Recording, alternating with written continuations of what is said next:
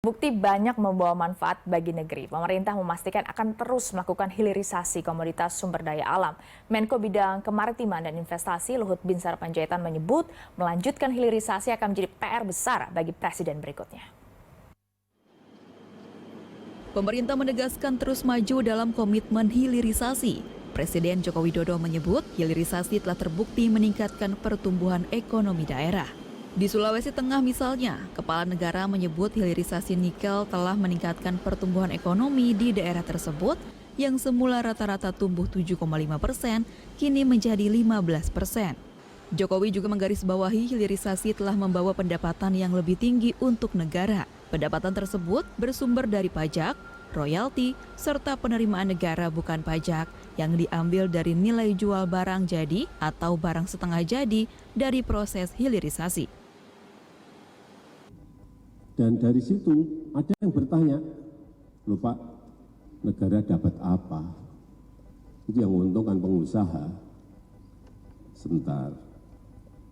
Tadi angkanya 31 triliun.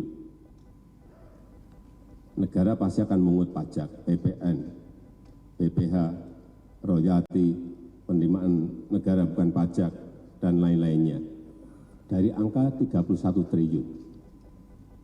Kemudian melompat menjadi 510 triliun, juga dipungut PPN, PPH, royalti, penerimaan negara bukan pajak.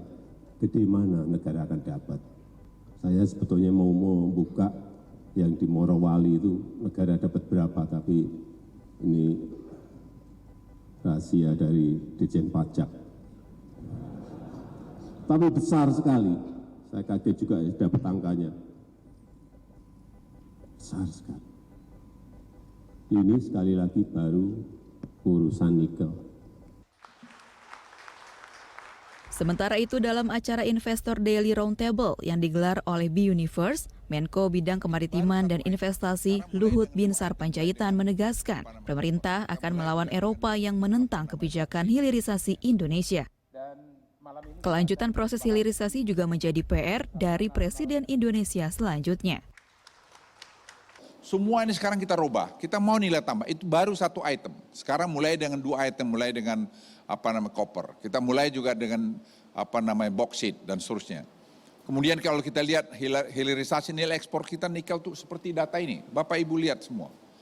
Bertambah, apakah sudah sempurna? Belum, kita masih ada masalah lingkungan kita harus perbaiki. Masalah tadi Pak Enggar bilang kemiskinan terjadi, ya kita masih membuat kesalahan, penataan tempat tinggal masih kurang.